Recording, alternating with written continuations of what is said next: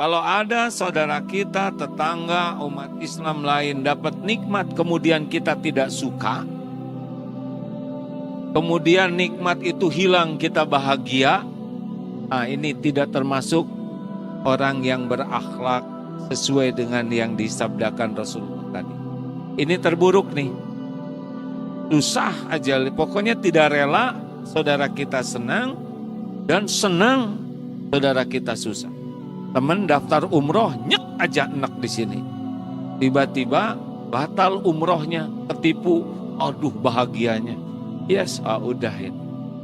Dia saum, dia sholat, dia ngaji, tapi dia hasud. Habis pahalanya sebagaimana api membakar kayu. Iblis dengki kepada Nabi Adam. Pembunuhan pertama Kabil Habil juga karena kedengkian. Periksa berapa banyak di hati kita yang tidak suka lihat saudaranya dapat nikmat dan puas lihat saudaranya dapat musibah. Kalau seperti itu masih jauh dari akhlak yang baik.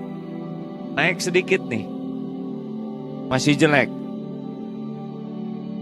Tadi minnya banyak, ini masih min. Kenapa jadi tegang begini hadirin? Yang satu kena kan? Yang kedua adalah kita tidak mau orang lain dapat susah. Tapi jangan sukses juga. Jadi jangan sampai gagal lah orang lain. Tapi yang gak boleh sukses. Jangan sampai sakit tapi ya biasa aja gitu, gak usah kaya lah ya. Ada yang tidak boleh orang sukses. Tapi menderita sih jangan, tapi jangan sukses aja. Gak apa-apa naik, cuman gak usah bagus lah nilainya. Gak apa-apa dia beli motor, tapi yang jelek, yang tua. Ada orang yang tidak rela melihat orang menderita, tapi jangan sukses. Itu masih dengki. Ada yang ketiga, masih di bawah juga. Boleh sukses, cuma harus di bawah saya. Dok, gak apa-apalah ngaji 5 juz sehari, asal jangan 6 karena saya 6. Ada orang yang boleh orang punya sesuatu, tapi tidak boleh sama dengan kita.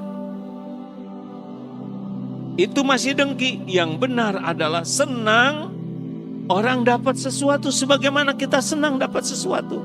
Kita senang umroh, alhamdulillah tetangga saya bisa umroh, alhamdulillah. Kita senang anak kita hafal Quran. Anak tetangga juga hafal Quran, senang, nggak ada beban di sini. Nah, yang paling bagus adalah senang saudara kita lebih baik dari kita. Kita daftar umroh, kita enggak jadi, temen jadi, alhamdulillah. Jangan ngarap-ngarap dua-duanya enggak jadi. 5 akhwat sedang naksir 1 ikhwan.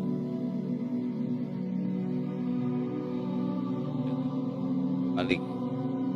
Ya. 1 ikhwan ditaksir 5 akhwat, Mas. Ini bisa dengki ini. Ingin untuk saya, jangan untuk yang lain. Tapi bagi yang bersih hati, apapun yang ditakdirkan Allah dia bang. Ternyata jodoh sama temannya bahagia. Tidak ada hatinya itu rasa susah dengan nikmat yang Allah berikan kepada saudara. Hadirin, hadis ini banyak diriwayatkan oleh para ulama yang berceramah. Ini dari Musnad Imam Ahmad tentang Abdullah bin Amr bin As, Allah ridho kepada beliau, yang Rasulullah di masjid SAW melihat seorang datang, akan datang ahli surga. Maka datanglah seseorang, ini penting hadirin, janggutnya basah, pegang terompah. 3 hari berturut-turut sampai sahabat Nabi ini sengaja datang ke rumahnya untuk mengetahui, menyelidiki apa amal. Sampai disebut ahli surga oleh Rasulullah SAW. Dengan alasan ada masalah dengan orang tua, maka ngineplah di rumahnya dan dilihat. Ternyata ibadahnya standar. tidak ahli tahajud yang hebat, tidak ahli ahli ibadah yang hebat. Hanya saja kalau membulak-balik badannya selalu dalam keadaan berzikir dan tidak bicara kecuali bicara yang baik. Pada hari ketiga, sahabatku, sebetulnya saya mendengar dari Rasulullah berkata sesuatu ya tentang engkau. Tapi maaf ya, sesudah saya lihat ibadahmu biasa saja. Ya, saya seperti yang engkau lihat, seperti ini. Cuma ada satu yang tidak ada di hati saya.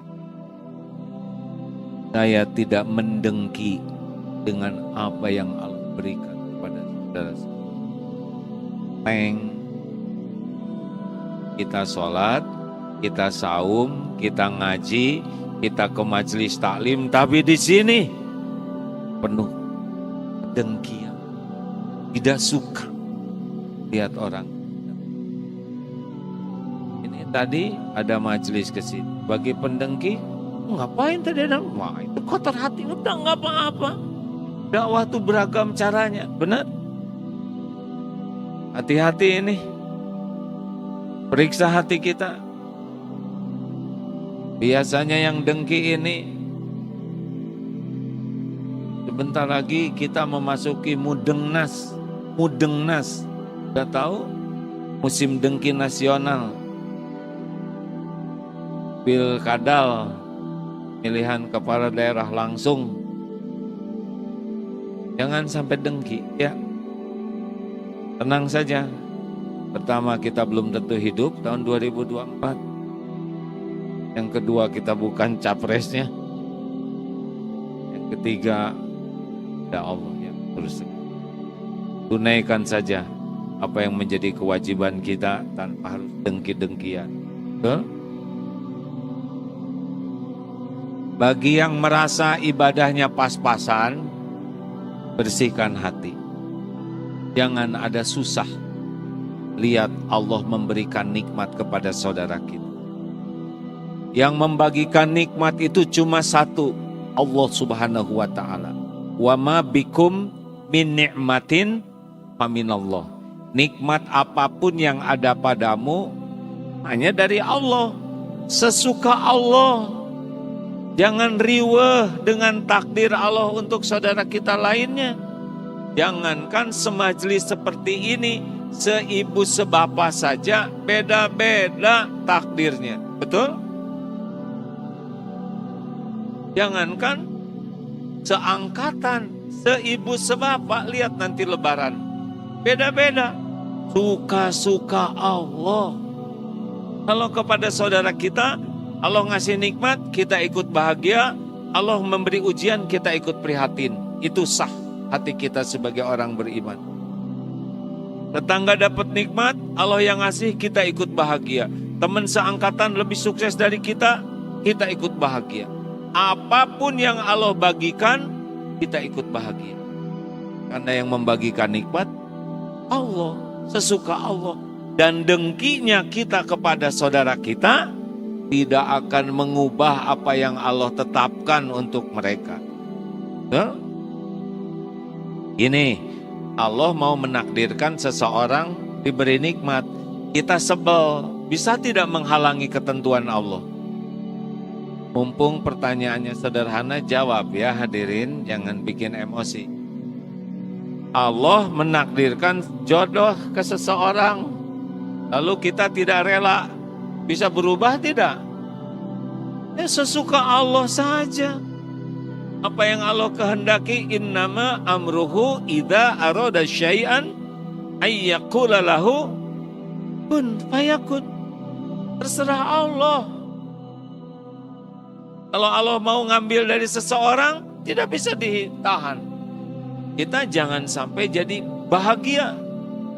Kalau saudara kita kena musibah, seperti badan sakit, harusnya kita ikut merasakan sakit. Ayo, tes pertamanya begitu. Jangan sampai ada dengki di hati. Solusinya adalah satu, yakin yang membagikan nikmat itu adalah Allah, sesuka Allah. Yang kedua adalah kita harus ikut bahagia dengan nikmat yang Allah berikan. Yang ketiga, kita ikut prihatin kalau saudara kita dapat kepahitan. Itu baru la yu'minu ahadukum, keyakinan kita.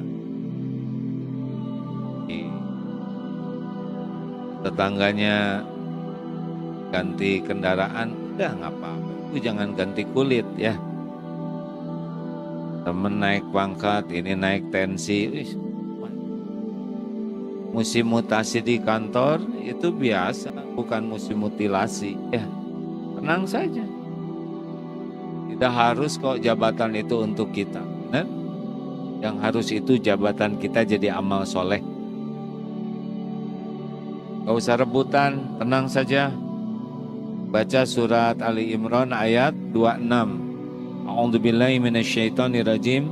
Qulillahumma malikal mulk tu'til mulka man tasya wa tanzi'ul mulka mimman tasya wa tanzi'ul mulka mimman tasya wa tu'izzu man tasya wa tudhillu man tasya biyadikal khair innaka ala kulli syai'in qadir. Katakanlah qulillahumma malikal mulk, engkau berikan kekuasaan, kerajaan, kedudukan kepada siapa yang kau kehendaki. Engkau ambil kedudukan, kekuasaan, kerajaan dari siapa yang kau kehendaki. Engkau muliakan siapa yang kau kehendaki. Engkau hinakan siapa yang kau kehendaki. Biyadikal khair, di tanganmu lah segala kebajikan. Innaka, sesungguhnya engkau ala kulli syai'in qadir, maha kuasa atas segala-galanya. Jadi jabatan pangkat itu Allah yang menetapkan sebagai ujian, bukan sebagai nikmat. Nikmat itu kalau bisa lulus. Makanya antara jabatan dengan kemuliaan dipisahkan. Kalau diberi jabatan, dia bisa menunaikannya dengan sesuai yang Allah sukai, baru Allah beri kemuliaan. Kalau diberi pangkat jabatan dan tidak amanah, Allah beri kehinaan.